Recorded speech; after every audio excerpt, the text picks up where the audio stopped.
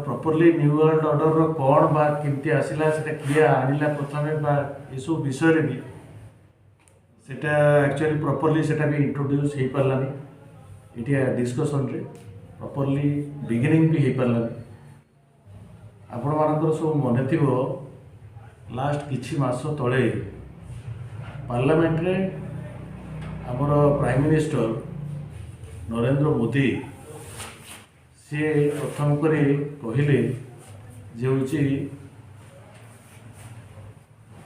New world order अभी आने वाला है, इसको कौन लाएगा, कौन इसके पीछे रहेगा, कौन इसको इनिशिएट करेगा और कब ये आएगा, इसको अभी इसका मतलब ये कुछ पता नहीं है। आगे चल के इसको जब ये आएगा तब ये पता चलेगा और उस समय हम इसके बारे में ज़्यादा कुछ सोच सकते हैं। एमतिया करी गोटे रफली से गोटे पार्लियामेंट रे से गोटे स्टेटमेंट देते आप से भाई मैंने जो अच्छा आउ टे सामना को आणतु हिंदी हिंदी बोलिए आप नहीं नहीं से आप सामने सांगे आज्ञा आज्ञा आपण आपण कहते आउ जी आसना से भाई जी अच्छा हाँ आप टे सामना को आसतु ना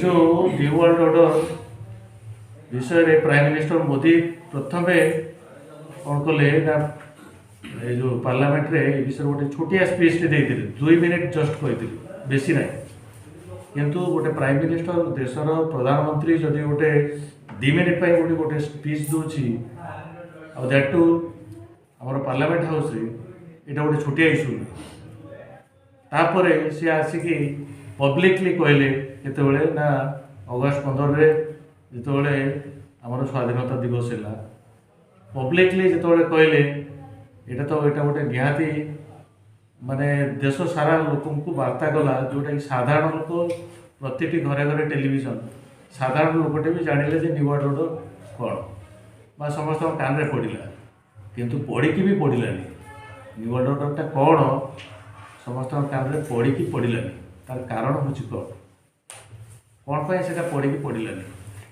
कारण हूँ मीडिया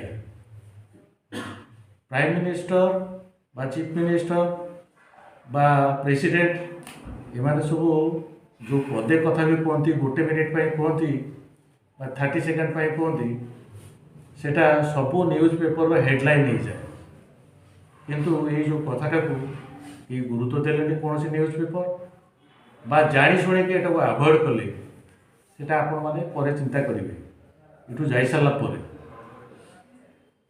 सेटा कौन पाई समस्त को एते अपील कला नहीं ये जो न्यू वर्ल्ड ऑर्डर जो कॉन्सेप्टटा समस्ते जो सेठू शुणिले किसी लोक भी शुणिले से कहीं एते गुरुत्व देले नहीं न्यूज पेपर कहीं गुरुत्व देलानी बर्तमान आमे सेटा को बसिक ए विषय डिस्कशन करूँ कौन पाई तो यू आमे जेकोसी साधारण लोक बर्तमान आमे देशर साधारण लोक माने आम मैंने न्यू वर्ल्ड ऑर्डर विषय आम जड़ित हो गले बर्तमान आम जानवा बाध्य हो गले जे न्यू वर्ल्ड ऑर्डर प्रकृत में कौन आ न्यू वर्ल्ड ऑर्डर पछरे किए अच्छा कौन इसको इनिशिएट कर रहा है, कब आएगा, कैसे आएगा, उसका रूप रंग कैसा होगा, ये जो कथा गुड़ा से कहते तामाने कौन किसी गोटे जिनस अच्छी भितर जोटा से छपेक रखिले जोटा को आमको जानिया पड़े से जानापी आमको बहुत किसी रिसर्च करिया पड़े जो रिसर्च भाई माने सब बहुत डिफरेंट सब्जेक्ट रे करिसेंती आउ गोटे सब्जेक्ट अच्छी इकोनॉमिक सब्जेक्ट इकोनॉमी रे how economy is related to new world order सेटा से विषय में आपको गोटे छोटिया ये कहबी इकोनॉमी बाय बैंकिंग बा बर्तमान present economic situation and future economic situation ये सब गुड़ाक न्यू वर्ल्ड सहित न्यू वर्ल्ड ऑर्डर सहित कौन तार रिलेशन अच्छी तो बर्तमान इकोनॉमी विषय में जानापी हेले आमको प्रथम गोटे काम करिया पड़ो आम गोटे 200-300 वर्ष तलू फेर सेटा हूँ कौन ना आमको बैंकिंग व्यवस्था विषय जाना ଆପଣ ଚେୟାରରେ ବି ବସିପାରନ୍ତି ସାର୍। नहीं नहीं यार आवश्यकता नहीं आमको बैंकिंग व्यवस्था विषय जाना पड़ो बैंकिंग व्यवस्थाटा कौन केबे तैयारी होला ताको किए तैयारी कला गोटे छोट आपण गोटे इंट्रोडक्शन देवी से समस्ते जानिबा दरकार देशर प्रत्येक नागरिक बैंकिंग व्यवस्थाटा केमती तैयारी होला कोठू तैयारी होला किए ताको तैयारी कला तैयारी करिया पछरे तार निजर स्वार्थ कौन थिला भूमिका कौन थिला केमिति से डेवलपमेंट है बर्तमान आसिक एमती बैंकिंग अवस्था जो पहुँची कहीं पहुँची केमती पहुँची किए ता पछरे अच्छा आम जाना दरकार प्रत्येक नागरिक जाना दरकार प्रत्येक यंग फेलो ए विषय जाना दरकार आसिल कि आम बैंकिंग व्यवस्था विषय जानापे 1750 बा 60 मसीहा को जीवाक पड़ो से पूर्वर आम टे जाना पड़े ता पूर्वर आमर कौन थी बहुत पूर्वर जो मुद्रा आमर आसी नाला से बाटर सिस्टम चलता चारिड़े आम बाटर सिस्टम विषय आपण मैंने जो मैंने वयस्क लोक से समस्ते जानते गाँ गहली यंग एज भी बाटर सिस्टम चलता दी गौणी धान देकी गोटे गौणी चूड़ा रखा यहाँ गोटे बाटर सिस्टम तो बहुत पूर्व बाटर सिस्टम थिला बाटर सिस्टम पर आमर मुद्रा आसला गोल्ड कॉइन आसला तापर सिल्वर कॉइन आसला तो ये जो गोल्ड कॉइन आ सिल्वर कॉइन माध्यम आमर एक्सचेंजटा सब जिनस पत्रर जेकोसी सब कौन है ना आमर विनिमय येटा सिस्टमटा आमर चलता तो ये समय कौन है आमर यूरोप रे सेतबेले यूरोपटा तो एते बेसी डेभलप्ड नथिला स्पिरिचुअली इंडियाटा बहुत डेभलप्ड थिला इंडिया रे कॉइन्स चलतिला गोल्ड कॉइन आउ सिल्वर कॉइन इंडिया रे चलतिला किंतु यूरोप रे जिते बेसी डेभलप्ड सेते बेसी नथिले भी इंडिया बढिया स्पिरिचुअली इंडिया बहुत डेभलप्ड थिला आ किंतु ये जो कॉन्सेप्टटा परिवर्तन आसिला यूरोप रे प्रथम यूरोप रे जर्मनी रे सेठी रथचाइल्ड बोली जड़े भद्र व्यक्ति थिले से रथचाइल्ड तांकर 5टा पुओ थिले से जो 5टा पुओ को से 5टा देश को से प्रथम पठेले ये जो तांकर कॉन्सेप्ट को चारिआडे प्रचार करने से कॉन्सेप्टटा कौन थिला आ से 5टा पुओ 5टा कंट्री को जाइए कौन कले रथचाइल्ड जितेबाला से समय कौन होता ना ये जो सिल्वर कॉइन आ गोल्ड कॉइन धरिकी लोक मैंने सब जावासिया करते रास्तार घोड़ा तले चढ़ी जाते से रास्ता घाट एत डेभलप्ड नाला रास्तार जीवा भितर से कौन चोरी डकायती होता गोल्ड कॉइन सब चोरी डकायत मध्यम से सब किए नहीं जाते तो ये समय रथचाइल्ड मुंडे पशिला गोटे अभिनव व्यवस्था गोटे बैंकिंग व्यवस्था से मुंडे पशिला रथचाइल्ड मुंडे से सी आरंभ कले गोटे कागज मुद्रा व्यवस्था पेपर करेन्सी जनक होती रथचाइल्ड ये जो पेपर करेन्सीटा आरंभ है प्रथम यूरोप रु जर्मनी तो ये पेपर करेन्सीटा कौन ना आपणकर जितेबाला सी आरंभ यहाँ केमती कले ना प्रथम से गोटे जगार धरतु तांकर गोटे बैंक बा गोटे आमर जमी गाँव जमी महाजन आगुरी सब थे से महाजन जन बोली जन को से रखिले तो से महाजन काम थिला कौन से महाजन काम थिला सब गोल्ड कॉइन आ सिल्वर कॉइन को रिसीव करवा रिसीव करके से कागज मुद्रा से दौला से कागज मुद्रा को लेकिन से जो बदल जी सब ये करते से कागज मुद्राटा को अलग जगार नहीं देखले ତା ଦ୍ୱାରା ଏନକ୍ୟାସମେଣ୍ଟ ତାଙ୍କର ହେଇଯାଉଥିଲା। ଇଏ କ'ଣ କରୁଥିଲେ, ରଥଚାଇଲ୍ଡ କ'ଣ କରୁଥିଲେ, ବିଭିନ୍ନ ଜାଗାରେ ତାଙ୍କର ଏଜେଣ୍ଟ ସବୁ ଖଞ୍ଜିଦେଲେ, ଯେଉଁଟାକି ଆଜିକାଲିର ବ୍ୟାଙ୍କ ଭଳି। ସେଇ ଯେଉଁ ପେପର କରେନ୍ସି ସେ ଆରମ୍ଭ କଲେ ଆଜିକାଲିର ନୋଟ୍ସ ଭଳି। ଆଜିକାଲିର ଯେମିତି 100 ଟଙ୍କିଆ, 50 ଟଙ୍କିଆ, 500 ଟଙ୍କିଆ ନୋଟ୍ ଆପଣ ଦେଖୁଛନ୍ତି, ସେତେବେଳର ଏ ଯେଉଁ ପେପର କରେନ୍ସିର ଆରମ୍ଭଟା ସେଇଭଳି ଥିଲା। ତାଙ୍କର ଗୋଟେ ସ୍ପେଶାଲ କ୍ୱାଲିଟିର ସେ ଷ୍ଟାମ୍ପ ତିଆରି କଲେ, ସେ ଷ୍ଟାମ୍ପଟି ଗୋଟେ କାଗଜରେ ମାରିକି ଛାଡ଼ିଦେଲେ, ଏଇଟା ୟାର ଭ୍ୟାଲୁ ଏତିକି, ସେଇଟାକୁ ସେ ସେମିତି କରିକି ଛାଡ଼ିଲେ, ଚାରିଆଡ଼େ ପ୍ରଚାର। ତାଙ୍କର ବିଭିନ୍ନ ଜାଗାରେ ସବୁ ଏଜେଣ୍ଟ ରହିଲେ, ସେ ଏଜେଣ୍ଟ ରହିଲେ, ଯେଉଁଠି ସବୁ ଏଜେଣ୍ଟ ରହିଲେ, ସେ ଏଜେଣ୍ଟ ମାନେ ତାକୁ ସେ ପେପର କରେନ୍ସି ଦେଖିଲେ, ସେ ତାଙ୍କର ଗୋଲ୍ଡ କଏନ୍ ବା ସିଲଭର କଏନ୍ ତାଠୁ ସେମାନେ ପାଇଯାଉଥିଲେ।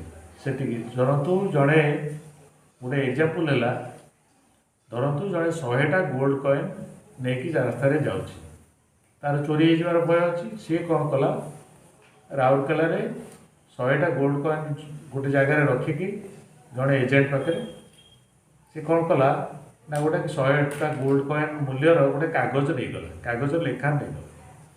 ସେ କାଗଜ ଲେଖା ନେଇଯାଇକି ଭୁବନେଶ୍ୱରରେ ପହଞ୍ଚିଲା। ଭୁବନେଶ୍ୱରରେ ଆଉ ଜଣେ ଏଜେଣ୍ଟ ଥିଲେ, ଭୁବନେଶ୍ୱରରେ ସେ ଏଜେଣ୍ଟକୁ ତାକୁ ଦେଲା ପରେ ସେ କାଗଜ ମୁଦ୍ରାଟା ସିଏ ତାକୁ 100ଟା ଗୋଲ୍ଡ କଏନ୍ ତାକୁ ଫେରେଇ ଦେଲା। ଫେରେଇ ଦେଲା ପରେ ସିଏ ତାର 100ଟା ଗୋଲ୍ଡ କଏନ୍ ନେଲା, ତାକୁ ତା କାମରେ ଲଗେଇଲା। ଏଇଭଳି ଭାବରେ ବ୍ୟାଙ୍କିଂ ବ୍ୟବସ୍ଥାଟା ଆରମ୍ଭ ହେଲା। ତ ବ୍ୟାଙ୍କିଂ ବ୍ୟବସ୍ଥା ଯେଉଁ ଆରମ୍ଭ ହେଲା, ତା ଭିତରେ ଏଇଟା ଯେତେବେଳେ ଏକ୍ସପାଣ୍ଡ କଲା, ଯେତେବେଳେ ଏଜେଣ୍ଟ ମାନେ ଯେତେବେଳେ ବଢ଼ିଗଲେ, ଏଇ ଯେଉଁ ରଥଚାଇଲ୍ଡ ସେ ଯେଉଁ ମହାଶୟଙ୍କର ଏଜେଣ୍ଟ ମାନେ ଯେତେବେଳେ ବଢ଼ିଗଲେ ଚାରିଆଡ଼େ, ୟୁରୋପ ସାରା ଚାରିଆଡ଼େ ଛାଇଗଲେ, ସେତେବେଳେ ସେ କିଛି ଦେଖିଲେ ଯେ ପାଖାପାଖି ଲୋକମାନଙ୍କର ସେତେବେଳକୁ ଏଇ ଯେଉଁ ପେପର କରେନ୍ସି ଉପରେ ଭରସା ବହୁତ ଆସିଗଲାଣି।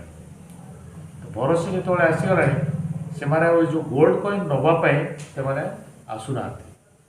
ଗୋଲ୍ଡ କଏନ୍ ନ ଆସିକି ସେମାନେ କ'ଣ କରୁଛନ୍ତି ନା, ସେ ଯେଉଁ ପେପର କରେନ୍ସିରେ ସେମାନେ କାମ ଚଳାଇ ଦେଉଛନ୍ତି। ତ ପେପର କରେନ୍ସିଟା ଗୋଟେ ମିଡ଼ିୟମ୍ ଅଫ୍ ଏକ୍ସଚେଞ୍ଜ ଭାବରେ ସେତେବେଳେ ଧୀରେ ଧୀରେ କ'ଣ ହେଲା, ପ୍ରଚଳିତ ହେବା ଆରମ୍ଭ ହେଲା। ତ ଏହାଦ୍ୱାରା କ'ଣ ହେଲା ସୁବିଧା, ତାଙ୍କୁ ଗୋଲ୍ଡର ଭ୍ୟାଲୁଟା ଯେ ପେପର ଠାରୁ ବହୁତ ଅଧିକା, ସେ ବ୍ରେନ୍ଟା ରଥଚାଇଲ୍ଡଙ୍କର ଥିଲା, ଯେଉଁଟାକି ଅନ୍ୟ କାହାରି ଏ ବ୍ରେନ୍ ନଥିଲା। ତାର ସେ ଏନକ୍ୟାସମେଣ୍ଟ କରିବା ପାଇଁ ଚେଷ୍ଟା କଲେ। ଏନକ୍ୟାସମେଣ୍ଟ କେମିତି ଭାବରେ କଲେ ନା, ତାଙ୍କର ଯେଉଁ 5ଟା ପୁଅ ଥିଲେ, ସେ 5ଟା କଣ୍ଟ୍ରିକୁ ପଠାଇଲେ। ଜଣକୁ ଫ୍ରାନ୍ସ ପଠାଇଲେ, ଜଣକୁ ଅଷ୍ଟ୍ରିଆ ପଠାଇଲେ, ଜଣକୁ ଇଂଲଣ୍ଡ ପଠାଇଲେ, ଆଉ ସେଭଳି ଆଉ 2 ଜଣ ପୁଅକୁ ଆଉ ସେଭଳି 2ଟା କଣ୍ଟ୍ରିକୁ ପଠାଇଦେଲେ। ସବୁଠାରୁ ଇଣ୍ଟେଲିଜେଣ୍ଟ ପୁଅ ତାଙ୍କର ଯିଏ ଥିଲା, ସେ ଇଂଲଣ୍ଡ ଗଲା। ଇଂଲଣ୍ଡ ଯାଇକି ସେ ବ୍ୟାଙ୍କ ଅଫ୍ ଇଂଲଣ୍ଡ ଆରମ୍ଭ କଲା ପ୍ରଥମେ। He was the most intelligent person in those time. Bank of England ହେଉଛି ପୃଥିବୀର ପ୍ରଥମ central bank. Bank of England ଯେତେବେଳେ ସେ ଆରମ୍ଭ କଲା, ସେତେବେଳକୁ ନେପୋଲିଅନ୍ ବୋନାପାର୍ଟ ଏ ଯେଉଁ ଫ୍ରାନ୍ସର ନେପୋଲିଅନ୍ ବୋନାପାର୍ଟ ଆଉ ଇଂଲଣ୍ଡ ଭିତରେ ଯୁଦ୍ଧଟା ହେଇନଥିଲା। ସେ ଯେଉଁ ଭଦ୍ରଲୋକ ଯାଇକି ଜ୍ୟାକବ୍ ରଥଚାଇଲ୍ଡଙ୍କର ପୁଅ ଯିଏ, ସେ ଯେତେବେଳେ ଯାଇକି ସେଣ୍ଟ୍ରାଲ ବ୍ୟାଙ୍କ ସେତେବେଳକୁ ଆରମ୍ଭ କରିନଥିଲେ, ସେ ତାପରେ ଧୀରେ ଆରମ୍ଭ କଲେ। ସେ ବି ଗୋଟେ ବହୁତ ବଡ଼ ଗେମ୍ ଅଛି ତା ପଛରେ, ଆଉ ବହୁତ ବଡ଼ ହିଷ୍ଟ୍ରି ଅଛି। ୟା ପଛରେ ଯିବା ପାଇଁ ହେଲେ ବହୁତ ସମୟ ଲାଗିବ। ଏତେ ଡିଟେଲ୍ସ ମୁଁ ଯିବାକୁ ଚାହୁଁନାହିଁ। ମୁଁ ଖାଲି ରଫଲି ଆପଣଙ୍କୁ ନେଇକି ଆଣିକି 19th ସେଞ୍ଚୁରୀରେ ପହଞ୍ଚେଇବି। ତ ଏ କେସ୍ରେ କ'ଣ ହେଲା, ବ୍ୟାଙ୍କ ଅଫ୍ ଇଂଲଣ୍ଡ ତା ପରେ ସୃଷ୍ଟି ହେଲା। ବ୍ୟାଙ୍କ ଅଫ୍ ଇଂଲଣ୍ଡ ଆପଣ ଏତିକି ମନେ ରଖନ୍ତୁ ଯେ ବ୍ୟାଙ୍କ ଅଫ୍ ଇଂଲଣ୍ଡ ଗୋଟେ ପ୍ରାଇଭେଟ୍ ବ୍ୟାଙ୍କ। ସେଟା ବ୍ୟାଙ୍କ ଅଫ୍ ଇଂଲଣ୍ଡଟା ଗଭର୍ଣ୍ଣମେଣ୍ଟ ଅଫ୍ ଏ ଯେଉଁ ଗ୍ରେଟ୍ ବ୍ରିଟେନର ସେଟା ତାଙ୍କର ଗଭର୍ଣ୍ଣମେଣ୍ଟର ବ୍ୟାଙ୍କ ନୁହେଁ। ତାପରେ ସେଭଳି ବ୍ୟାଙ୍କ ଅଫ୍ ଇଂଲଣ୍ଡ ଭଳିଆ ଜର୍ମାନୀରେ ଗୋଟେ ପ୍ରାଇଭେଟ୍ ସେଣ୍ଟ୍ରାଲ ବ୍ୟାଙ୍କ ଗୋଟେ ଆରମ୍ଭ ହେଲା। ତାପରେ ଫେଡେରାଲ ବ୍ୟାଙ୍କ ଅଫ୍ ଆମେରିକା। ଆଜି ପର୍ଯ୍ୟନ୍ତ ସମସ୍ତଙ୍କର ଧାରଣା ଥିବ ଯେ ଫେଡେରାଲ ବ୍ୟାଙ୍କ ଅଫ୍ ଆମେରିକା ଯେଉଁଟା, ସେଇଟା ହେଉଛି ଗୋଟେ ଆମେରିକାର ମାନେ ତାଙ୍କର ଯେଉଁ ଗଭର୍ଣ୍ଣମେଣ୍ଟର, ଆମେରିକାନ୍ ଗଭର୍ଣ୍ଣମେଣ୍ଟର ସେଇଟା ବ୍ୟାଙ୍କ ବୋଲି। ଆକ୍ଚୁଆଲି ସେଇଟା ନୁହେଁ। ଫେଡେରାଲ ବ୍ୟାଙ୍କ ଅଫ୍ ଆମେରିକା ଯେଉଁଟା, ସେଇଟା ହେଉଛି ଗୋଟେ private bank, and that is run by Rothschild family. ସେଇଭଳି आपण मानकर धारणा थिबो जे होची हमर जो रिजर्व बैंक ऑफ इंडिया जोटा अच्छी इंडिया रे सेटा गोटे होची government bank Reserve Bank of India लिखा है इंडिया शब्दटा अच्छी ता भीतर सेटा that must be a bank that is governed by our central government कि सेटा नुई सेटा होची गोटे private bank that is purely private and it is governed by Rothschild and co से भाई भाव में पृथ्वी में चारिड़े से सब धीरे धीरे से रॉथशाइल्ड फैमिली कौन कले ना पृथ्वीर चारिड़े सेंट्रल बैंक सब गठन कले से जो सेंट्रल बैंक रो काम कौन है ना देश भितर आउ जो सब छोट बड़ बैंक अच्छी से बैंक गुड़ा को गवर्न करवा छोट बड़ जेतिक बैंक अच्छी ताकू सब कंट्रोल करवा से सेंट्रल बैंक रो काम आम इंडिया रे से भाया यही कथाटा आपण मैंने समस्ते मानिजे जे आमर जो आरबीआई अच्छी से आरबीआईटा सब छोट छोट बैंक गुड़ा को गवर्न करेराज आपण समस्त जो धारणा जे हूँ एटा गवर्नमेंट ऑफ इंडिया सेटा गवर्नमेंट ऑफ इंडिया एक्चुअली नुहे सेटा हूँ प्राइवेट बैंक तो ये भाव में से जो रॉथशाइल्ड और फैमिली रॉथशाइल्ड फैमिली से रॉथशाइल्ड आरंभ करते 1760 मसीह जो जर्नी आरंभ करते से जो भद्रलोक से तो ना से केत गोटे प्रिंसिपल फैमिली से करिए एटा गोटे हिस्ट्री से केत गोटे प्रिंसिपल अनुसार फैमिली जमा स्प्लिट होनी आज पर्यटन फैमिलीटा स्प्लिट हेले धनटा चारिड़े विकेंद्रीकरण हो फैमिलीटा को स्प्लिट करने देले आउटा से जो धनटा आज पर्यंत से रॉथशाइल्ड फैमिली भितर कनसेंट्रेटेड रही अच्छा सेटा कंटिन्यू कर आसला सेटा आपणकर या भीतर बहुत माने वर्ल्ड वार है छोट बड़ वार है गृह युद्ध है विभिन्न देश गुड़ाक ये सब को लेकिन किंतु ता भीतर रॉथशाइल्ड फैमिली धीरे धीरे स्ट्रॉन्ग होता गले तार कारण हूँ कौन ना से पाखे गोल्ड रिजर्व रोला गोल्ड रिजर्व कहीं रोला आ पछरे कौन ता भीतर फल्टी सिस्टम थिला जो बैंकिंग सिस्टम रे फल्टी सिस्टमटा कौन थिला ताको बुझापे गोटे व्हाइट बोर्ड दरकार आउ सेटा बुझापे आउ टिके टाइम भी दरकार सेटा आज सेटा को भी ओवरलुक कर दूची କିନ୍ତୁ ସେଟା ଆପଣ ଯଦି ଇଜିଲି ଗୋଟେ ପଏଣ୍ଟ କହିହେବ ଯେ ଯାହାର ଯାହା କହୁଛନ୍ତି ଯେଉଁ ବ୍ୟାଙ୍କିଂ ସିଷ୍ଟମ୍ ଯେଉଁ ଗୋଲ୍ଡ ଜିନିଷ କହୁଛନ୍ତି ସେଇଟା ସେଇ କିଛି ଏଲିଟ୍ସ ମାନେ ଯେଉଁମାନେ ଆମକୁ କୁହାହେଉଛି ୱାର୍ଲଡକୁ ଯେଉଁମାନେ ବର୍ତ୍ତମାନ ଗଭର୍ଣ୍ଣ କରୁଛନ୍ତି ସେଇମାନେ ହିଁ ଇଣ୍ଡଷ୍ଟ୍ରିଆଲ ରିଭଲ୍ୟୁସନ୍ ସେଇମାନେ ଆଣିଥିଲେ ଏଗ୍ରିକଲଚର ରିଭଲ୍ୟୁସନ୍ ସେଇମାନେ ଆଣିଥିଲେ ଏ ସବୁ ସିଷ୍ଟମକୁ ବର୍ବାଦ କରିବା ପାଇଁ ଆଣିଛନ୍ତି ବ୍ୟାଙ୍କିଂ ସିଷ୍ଟମକୁ ବର୍ତ୍ତମାନ ଆମ ଇଣ୍ଡିଆର से टाइम रे खिलजी टाइम नहीं ब्रिटिश पर्यंत जी चोरी होती गोल्ड हो आमर डायमंड हो सब जो चोरी मैग्नेट को चोरी होती सब म्यूजियम रखाई या पछे बहुत अलग उद्देश्य अच्छी तो बर्तमान जहाँ अच्छी जो सार कहते आरबीआई बोली आमर जो लेजिस्लेशन बना हुए आम जो फास्ट बिल हुए ड्राफ्टिंग हुए लॉ रे कन्वर्ट करा जाए से माने कॉर्पोरेट्स माने करती आम केबे क्षेत्र कौन जनरल पब्लिक कौन इन्वॉल्वमेंट नहीं इंडिया रे टिल टुडे आमर जो मैंने अच्छा चीफ मिनिस्टर कैबिनेट मिनिस्टर अच्छा एमएलए एमपी से मैंने किसी केबे करती कौन एक्सपर्ट्स माने करती जे एटा आम देश में भल आम करवा सेमती नुहे कौन ग्राउंड रिपोर्ट निया हुए एटा कंप्लीटली फॉल्स जिनस से ऑर्डर लॉ ड्राफ्टिंग ऊपर आसे इम्प्लीमेंट करती it is the only truth ये ही तार सत्यता सर अभी कहते जो बैंक गुड़ाक जो चली बैंक रे जो इंटरेस्ट सिस्टम इंटरेस्ट रेट बा इंटरेस्ट को लेकिन केमती मानुपुलेट करा गोटे छोटिया एग्जांपल आपको देवी तापर आपण टिके मुंडे पुरेबे पछरे जाई घरे से विषय भाविबे आ भाविला तापर आपण तार रिप्लाई खोजापी चेष्टा करेंगे छोटिया कथा है आपण मैंने जिते बैंक रे समस्ते पैसा रखुं କିନ୍ତୁ ସମସ୍ତେ ଯଦି ଯାଇକି ବ୍ୟାଙ୍କରେ ପହଞ୍ଚିକି ପଇସାଟା ଆପଣ ଯେତିକି ଡିପୋଜିଟ୍ ରଖିଛନ୍ତି ତାକୁ ଯଦି ଡିମାଣ୍ଡ କରିବେ ବା ଆଣିବା ପାଇଁ ଚାହିଁବେ ଆପଣଙ୍କୁ ବ୍ୟାଙ୍କ ଫେରିପାରିବ ନାହିଁ। କ'ଣ ପାଇଁ ଫେରିପାରିବ ନାହିଁ ଆପଣ ସେଇଟା କ୍ୱେଶ୍ଚିନ୍ ନିଜକୁ ପଚାରିବେ, କାହିଁକି ବ୍ୟାଙ୍କ ଆପଣଙ୍କୁ ଫେରିପାରୁନାହିଁ। ଧରନ୍ତୁ ଗୋଟେ ବ୍ୟାଙ୍କରେ 100 ଜଣ କଷ୍ଟମର ଅଛନ୍ତି, 100 ଜଣ କଷ୍ଟମର ଡିପୋଜିଟ୍ କରିଛନ୍ତି 1000 ଟଙ୍କା। ଆପଣ ଯଦି ବ୍ୟାଙ୍କକୁ ଯାଇକି ପଚାରିବେ, ଏକାଥରେ 100 ଜଣ କଷ୍ଟମର ବ୍ୟାଙ୍କରେ ଯାଇକି ପହଞ୍ଚିବେ, 100 ଜଣ କଷ୍ଟମର ପହଞ୍ଚିକି ଆଜ୍ଞା ଆମକୁ 1000 ଟଙ୍କା ଦିଅନ୍ତୁ, ଆମେ ଯେଉଁ ଡିପୋଜିଟ୍ କରିଛୁ, ବ୍ୟାଙ୍କ ଆପଣଙ୍କୁ ଫେରି ପାରିବ ନାହିଁ। ତାର କାରଣ କ'ଣ?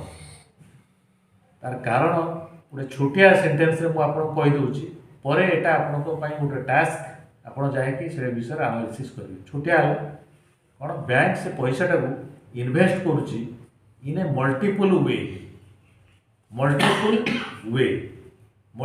ୱେ କ'ଣ ନା, ଏ ଯେଉଁ 10%, ମୁଁ ଗୋଟେ ଶବ୍ଦ ତା ଭିତରେ କହିଥିଲି, 10% ଲୋକ ଆସୁଥିଲେ କଏନ୍ଟାକୁ ନେବା ପାଇଁ, ତାଙ୍କର ଗୋଲ୍ଡ କଏନ୍ ବା ସିଲଭର କଏନ୍କୁ ଫେରସ୍ତ ନେବା ପାଇଁ। ସେ ଯେଉଁ 10% ରିଜର୍ଭ ବ୍ୟାଙ୍କ ସବୁବେଳେ ରଖିଥାଏ, ଆଉ ବାକି 90% ପଇସାକୁ ସେ ୟୁଟିଲାଇଜ୍ କରେ। ସେଇ 90%ର ପୁଣି 10%, ଯେଉଁଟାକି 9 ହେଇଯିବ, 9 ରୁପିଜ୍, ସେ 9 ରୁପିଜ୍ଟାକୁ ରଖିଦେଇକି ରିଜର୍ଭ, ବାକି ଆଉ 81 ରୁପିଜ୍ ପୁଣି ଇନଭେଷ୍ଟ ହେଇଯାଏ। ପୁଣି 81 ରୁପିଜ୍ର ପୁଣି ତା'ର 10% ରଖିଦିଏ, 8 ଟଙ୍କା 10 ପଇସା ରଖିଦେଇକି ବାକି ପୁଣି ଇନଭେଷ୍ଟେଡ଼ ହେଇଯାଏ। ଏଇ ଯେଉଁ ମଲ୍ଟିପୁଲ୍ ୱେରେ ବ୍ୟାଙ୍କର ମନିଟା ଟ୍ରାଞ୍ଜାକ୍ସନ୍ ହୁଏ ମାର୍କେଟରେ, ବ୍ୟାଙ୍କ ଆପଣମାନେ ଚିନ୍ତା କରୁଥିବେ ଯେ ଆପଣ 3% 4% ଆପଣ ଇଣ୍ଟରେଷ୍ଟ ପାଉଛନ୍ତି, ବ୍ୟାଙ୍କ ଆପଣଙ୍କୁ ବହୁତ ଦେଇଦେଉଛି, କିନ୍ତୁ ସେଇଟା ଫ୍ୟାକ୍ଟ ନୁହେଁ। ବ୍ୟାଙ୍କ ବହୁତ ଜ୍ଞାନ ରହୁଛି। ଆଉ ବ୍ୟାଙ୍କ ଜ୍ଞାନ ରହୁଛି ମାନେ କିଏ ଜ୍ଞାନ ରହୁଛି? ରଥଚାଇଲ୍ଡ ଫ୍ୟାମିଲି ଜ୍ଞାନ ରହୁଛନ୍ତି, ରଥଚାଇଲ୍ଡ ଫ୍ୟାମିଲି ଜ୍ଞାନ ରହୁଛନ୍ତି। ଏଇଟା ଆପଣ ବୁଝି ନେବାକୁ ପଡ଼ିବ।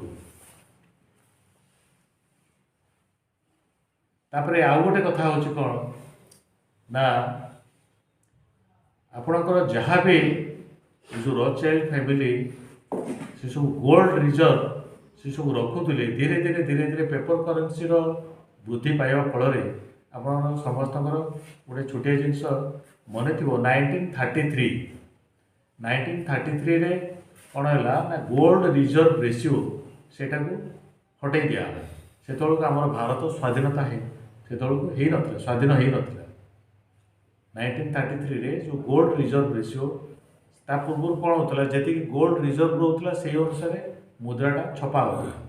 କିନ୍ତୁ 1933 ପରେ ଏବେ ବି ଯେଉଁ ଲୋକମାନେ ବୁଝୁଛନ୍ତି ଯେ ଗୋଲ୍ଡ ରିଜର୍ଭ ରଖିକି ସିଏ ତାର ରେସିଓ ପ୍ରପୋର୍ସନେଟଲି ଆମର ଟଙ୍କାଟା ଛପା ହେଉଛି, ସେଇଟା ପ୍ରକୃତରେ ନୁହେଁ।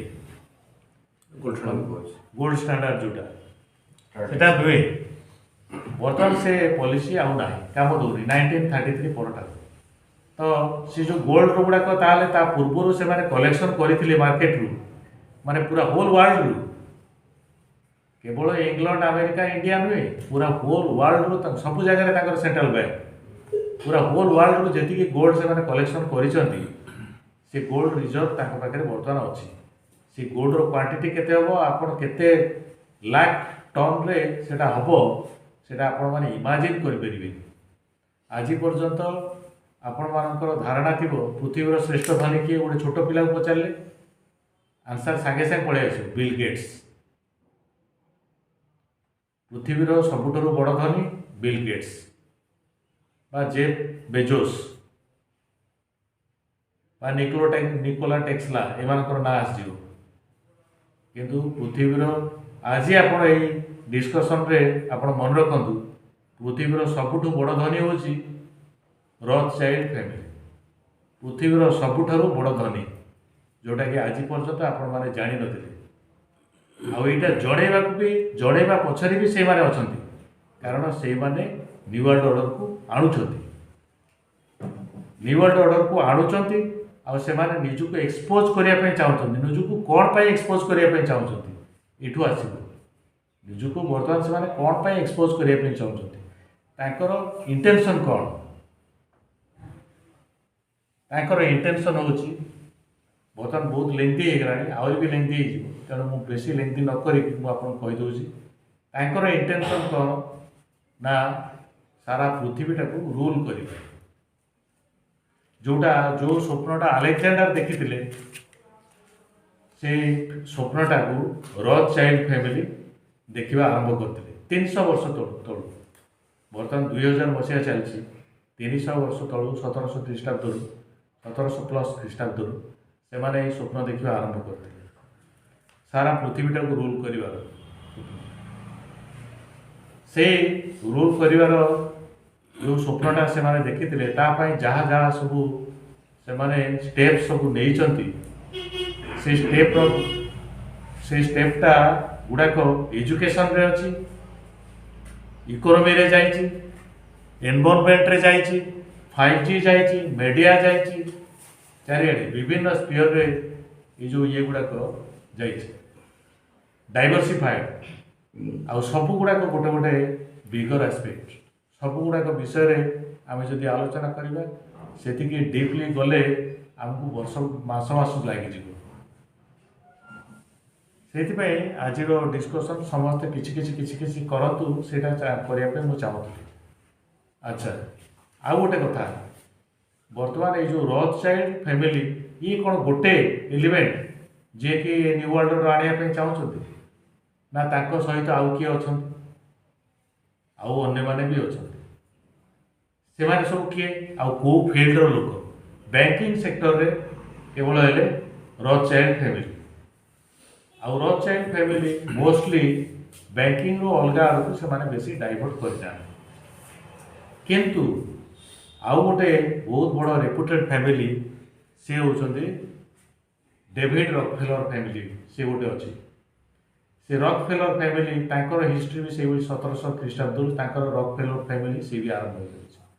ରକଫେଲର ଫ୍ୟାମିଲି ବେସିକାଲି ତାଙ୍କର ଷ୍ଟିଲ୍ ଇଣ୍ଡଷ୍ଟ୍ରିଜ୍ ଉପରେ ତାଙ୍କର ଆରମ୍ଭ ହୋଇଥିଲା।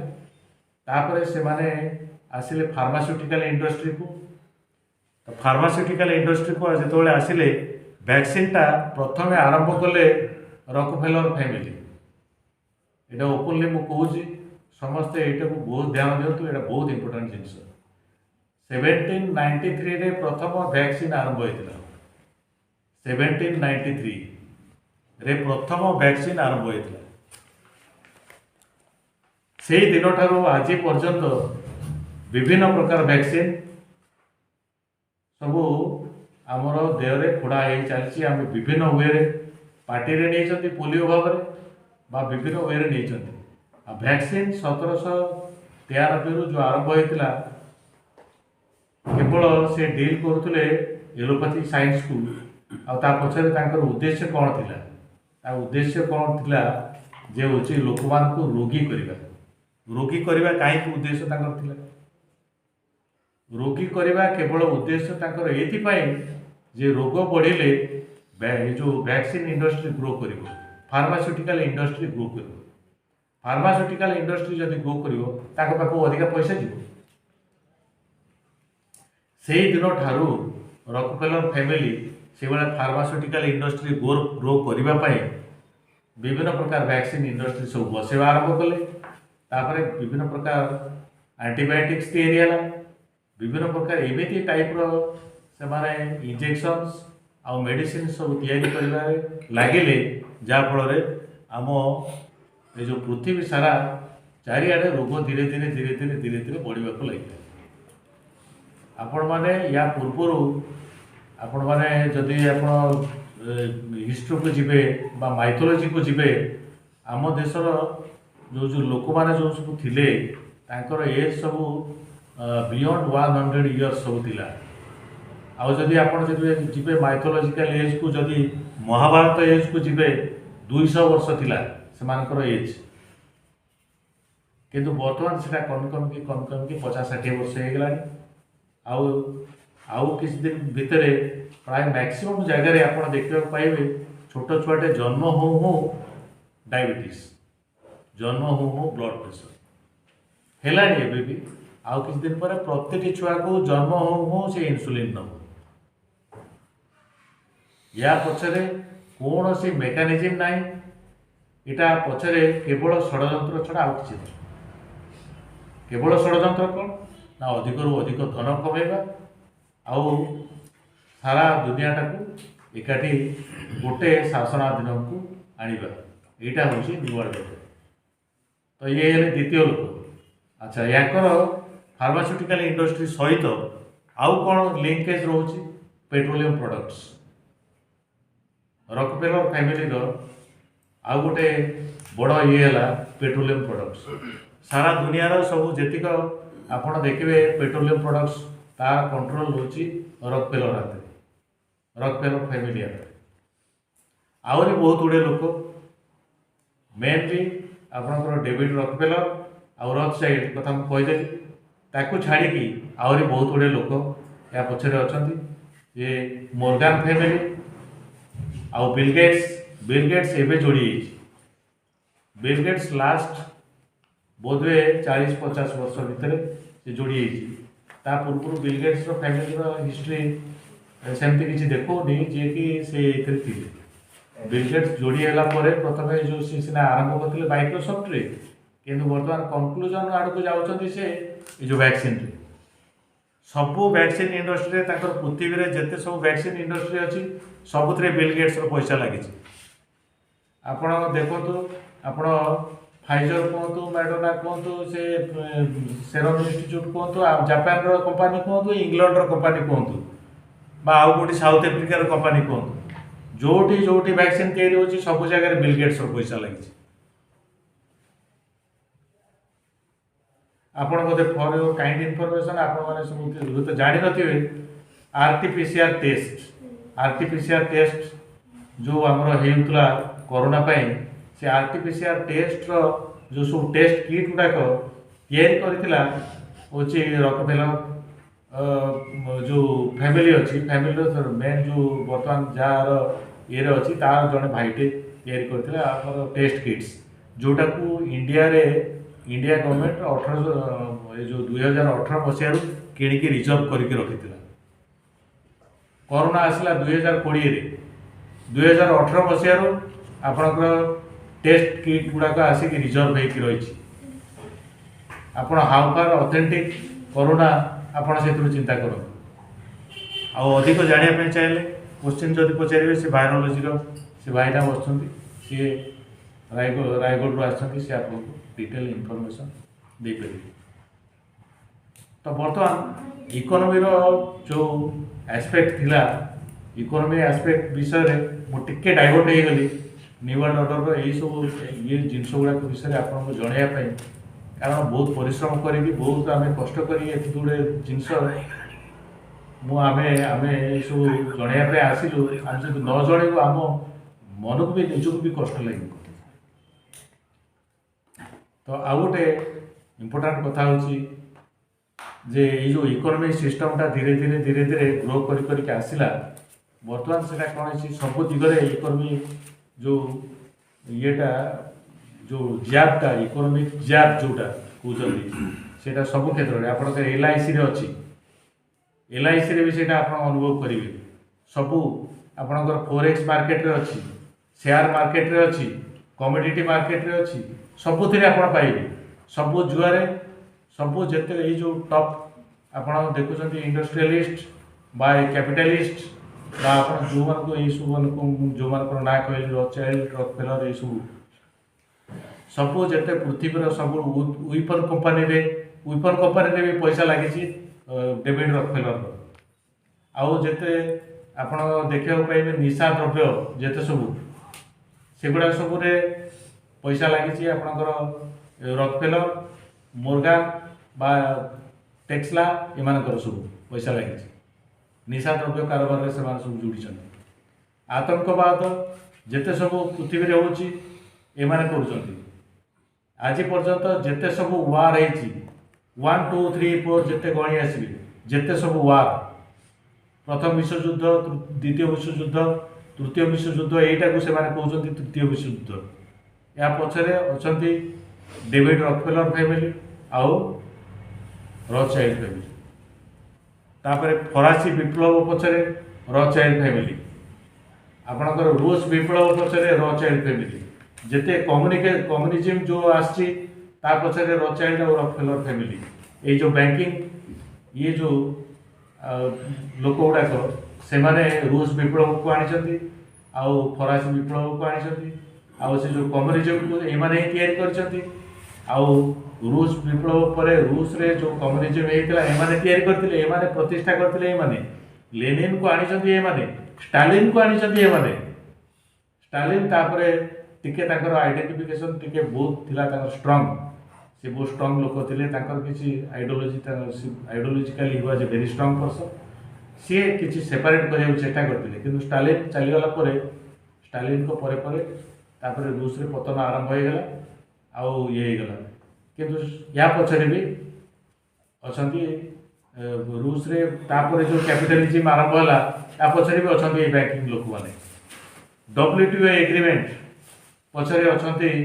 ଏଇ କ୍ୟାପିଟାଲିଷ୍ଟ ମାନେ WTO ଏଗ୍ରିମେଣ୍ଟ ଗୋଟେ ବିରାଟ ବଡ଼ ଚାପ୍ଟର ତାକୁ କହିବା ପାଇଁ ହେଲେ 3 ଘଣ୍ଟା ଲାଗିବ WTO ଏଗ୍ରିମେଣ୍ଟ ବିଷୟରେ ଯଦି ଆପଣମାନେ ଜାଣିବା ପାଇଁ ଚାହୁଁଛନ୍ତି ତାହେଲେ ଆପଣ ରାଜୀବ ଦୀକ୍ଷିତଙ୍କର ଭିଡ଼ିଓ 3 ଘଣ୍ଟା ଭିଡ଼ିଓ ଆପଣ ଯଦି ଦେଖିବେ ତାହେଲେ ଆପଣ ଜାଣିବାକୁ ପାଇବେ WTO ଏଗ୍ରିମେଣ୍ଟ ଗୋଟେ ବିରାଟ ବଡ଼ କନସ୍ପିରେସିର ସେଇଟା ଗୋଟେ ଦିଗ ହେଉଛି ଆପଣ ସେଇଠି ଖୋଜି ପାଇବେ WTO ଏଗ୍ରିମେଣ୍ଟ ଯେଉଁଟାକି ଆମର ବାଜପେୟୀ ଯେତେବେଳେ ପ୍ରାଇମ୍ ମିନିଷ୍ଟର ଥିଲେ 2005ରେ ସେ WTO ଏଗ୍ରିମେଣ୍ଟକୁ ସାଇନ୍ କରିଥିଲେ ସବୁଠୁ ବଡ଼ କଥା ହେଲା ଆପଣ ଯେଉଁ ସେୟାର ମାର୍କେଟର ଉତ୍ଥାନ ଦେଖୁଛନ୍ତି ପତନ ଦେଖୁଛନ୍ତି ତାକୁ କରୁଛନ୍ତି ଏମାନେ ଏଇ କ୍ୟାପିଟାଲିଷ୍ଟକୁ ଏମାନେ ବଢ଼ାନ୍ତି ଏଇଥିପାଇଁ କିଛି ପଇସା ଇନଭେଷ୍ଟ କରିବେ ଇନିସିଆଲି ତାପରେ ଲୋକମାନେ ଦେଖିବେ ଏଇ ବଢ଼ିଲା ପଇସା ଲୋକମାନେ ପଇସା ଲଗେଇବେ ତାପରେ ଲୋକମାନଙ୍କର ପଇସା ଯେତେବେଳେ ଦେଖିଲେ ବହୁତ ବଢ଼ିଗଲା ସେମାନେ ହଠାତ୍ ତା ଦେହରୁ ପ୍ରବଳ ପୁଞ୍ଜି ତା ଦେହରୁ ବାହାର କରିନେବେ ବାହାର କରିନେବା ପରେ ସେୟାର ମାର୍କେଟ ଧୁମ୍ କି ଖସିବ 2000 ପଏଣ୍ଟ 5000 ପଏଣ୍ଟ ଏକାଥରେ ଖସିଗଲା ମାନେ ସାଧାରଣ ଲୋକଙ୍କର ଟଙ୍କା ସେମାନେ ସୁଇଚ୍ କରି ନେଇଗଲେ ମାର୍କେଟ ଫୋରେକ୍ସ ମାର୍କେଟ ବର୍ତ୍ତମାନ ଫୋରେକ୍ସ ମାର୍କେଟ ବି ଡାଉନ୍ ହେଇଯାଇଛି ଫୋରେକ୍ସ ମାର୍କେଟ ବର୍ତ୍ତମାନ ସବୁଠୁ ମୋର୍ ଦ୍ୟାନ୍ ସେୟାର ମାର୍କେଟର investment forex market $500 trillion turnover forex ମାର୍କେଟରେ ହେଉଛି ୟା ପଛରେ ବି ସେମାନେ ଅଛନ୍ତି ରିଲାଏନ୍ସ ଅଛନ୍ତି ଆଉ କମୋଡିଟି ମାର୍କେଟରେ ବି ଏମାନେ ଅଛନ୍ତି ବର୍ତ୍ତମାନ ଯେଉଁ ଆପଣ କୃଷକ ଆନ୍ଦୋଳନ ଦେଖିଲେ କୃଷକ ଆନ୍ଦୋଳନ ପଛରେ ସେମାନେ ଜମି ବାଡ଼ି ସବୁ କିଣି ନେଇକି ସେମାନେ ସବୁଆଡ଼େ ଇଏ କରିକି ପୁରା ଏକଦମ କମୋଡିଟିକୁ କଣ୍ଟ୍ରୋଲ କରିକି ସେମାନେ ପୁରା ରଖିବାକୁ ଚାହୁଁଛନ୍ତି ତା ପଛରେ ବି ସେମାନେ କମୋଡିଟି ମାର୍କେଟ ଗୋଟେ ପୁରା ଏକଦମ କମୋଡିଟି ମାର୍କେଟକୁ କଣ୍ଟ୍ରୋଲରେ ରଖିବେ ତା ସହିତ ଯାହା ଆମକୁ ହଇରାଣ କରିବେ ଯାହା ଏସବୁ ବାଟରେ ସେମାନେ ଇଏ କରିବେ ତେଣୁ ଏସବୁ ଆମକୁ ବହୁତ ଜାଣିବାକୁ ପଡ଼ିବ କ୍ରିପ୍ଟୋ କରେନ୍ସି ସେମାନେ ଆଣୁଛନ୍ତି ବର୍ତ୍ତମାନ ଏହାପରେ ଡିଜିଟାଲ କରେନ୍ସି ସେମାନେ ଆଣୁଛନ୍ତି ଡିଜିଟାଲ କରେନ୍ସି ଆସିଲେ ଆପଣମାନେ ବହୁତ ଆପଣ ଡିପଲି ଚିନ୍ତା କରିବେ ସାଧାରଣ ଲୋକଟେ ଆ ଦ୍ୱାରା କେତେ ଆମର ଗାଁରେ ଯେଉଁ ମଫସଲରେ ରହୁଛି ସେ କେତେ ଅସୁବିଧାର ସମ୍ମୁଖୀନ ହେବ ଯେଉଁଟାକି ଆମ କଣ୍ଟ୍ରି ପାଇଁ ଡିଜିଟାଲ କରେନ୍ସି ମୋଟେ ନୁହେଁ 100% ଡିଜିଟାଲ କରେନ୍ସି ତ ମୋଟେ ନୁହେଁ ତେଣୁ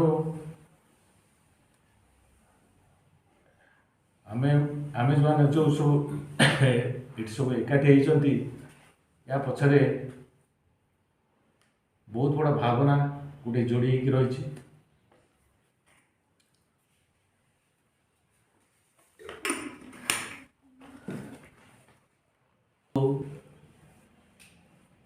ମୋର କର୍ତ୍ତବ୍ୟ ହେଲା ସମସ୍ତଙ୍କୁ ଜଣେଇବା ବା ମୋର ଭାଇମାନେ ଯେଉଁମାନେ ବି ଏକାଠି ହେଇଛନ୍ତି ସମସ୍ତଙ୍କର ଆମର କର୍ତ୍ତବ୍ୟ ହେଲା ସେଇଆ ଯେ ଅନ୍ୟମାନଙ୍କୁ ଏ ବିଷୟରେ ଜଣେଇବା ଆପଣମାନେ କେଦୂର ଏ ବିଷୟରେ ଜାଣିକି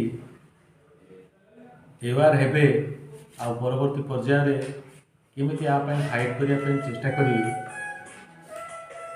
ସେଥିପାଇଁ ଆପଣମାନେ ଡିସିସନ୍ ନେବେ ୟା ପଛରେ ଗୋଟେ ବହୁତ ବଡ଼ ଇଏ ବି ଅଛି ଆ ଦେହରୁ ଆମେ ଯେ ବାହାରି ପାରିବାନି ବାହାରକୁ ସେମିତି କଥା ବି ନୁହେଁ ଶତ୍ରୁଟା ଯେତେ ବଡ଼ ଶକ୍ତିଶାଳୀ ହେଲେ ବି ସବୁ ଶତ୍ରୁଙ୍କର କିଛି ନା କିଛି ଗୋଟେ ଦୁର୍ବଳତା ଥାଏ ସେ ଦୁର୍ବଳତାଟା ଆମକୁ ଖୋଜିବାକୁ ପଡ଼ିବ ଅଲରେଡ଼ି ଟେଲିଗ୍ରାମ ଚ୍ୟାନେଲର ଜାଗ୍ରତ ଓଡ଼ିଶା ଯେଉଁ ଅଛି ଗ୍ରୁପ୍ ମୁଁ ଆଉ ଥରେ କହିଦେଉଛି ଟେଲିଗ୍ରାମ ଚ୍ୟାନେଲର ଜାଗ୍ରତ ଓଡ଼ିଶା ଯେଉଁ ଗ୍ରୁପ୍ ଅଛି ସେ ଜାଗ୍ରତ ଓଡ଼ିଶା ଗ୍ରୁପ୍ରେ ନୂଆ ବିଶ୍ୱ ବ୍ୟବସ୍ଥାର ଆହ୍ୱାନ ଓ ତା'ର ସମାଧାନ ସେ ବିଷୟରେ ଗୋଟେ ଛୋଟିଆ ମୁଁ ଗୋଟେ ଟପିକ୍ ଲେଖିଥିଲି ତା'ର ସମାଧାନ ବିଷୟ ନେଇକି। ସମାଧାନ ବିଷୟରେ ମୁଁ ଆଉ ଅଧିକ କହିକି ସମୟ ନଷ୍ଟ କରିବିନି, because it will take a little time more. ଅନ୍ୟ ଭାଇମାନେ କିଛି କିଛି କୁହନ୍ତୁ। ତେଣୁ ସେ ଯେଉଁ ଜିନିଷଟା ସମାଧାନ ମୋର ଯେଉଁଟା ଅଛି କନସେପ୍ଟ, ଯେଉଁଟା ସଞ୍ଜୟ ବାବୁ ପ୍ରଥମେ ଯେତେବେଳେ ସ୍ପିଚ୍ ଦେବା ଆରମ୍ଭ କରିଥିଲେ, ସେ ଗ୍ରାମ୍ୟ ବ୍ୟବସ୍ଥାକୁ ସ୍ୱାବଲମ୍ବୀ କରିବା ବିଷୟ ନେଇକି ସେ ଦୁଇପଦ କହିଥିଲେ, ସେଇଟା ହିଁ ମୋର ଭାବନା, ତାଠୁ କିଛି ଅଲଗା ନୁହେଁ। ଆଉ ସେଇଟା ଯଦି ଆଉ କିଛି ଅଧିକା ଆପଣମାନେ ଜାଣିବା ପାଇଁ ଚାହିଁବେ ସେଇଟା ଯାଇକି ପଢ଼ିପାରିବେ, ପଢ଼ିକି ଆପଣ ଜାଣିପାରିବେ। ବର୍ତ୍ତମାନ ମୋର ବକ୍ତବ୍ୟକୁ ମୁଁ ଏଇଠି ଶେଷ କରୁଛି, ଆଉ ଭାଇମାନେ ତାଙ୍କର ବକ୍ତବ୍ୟ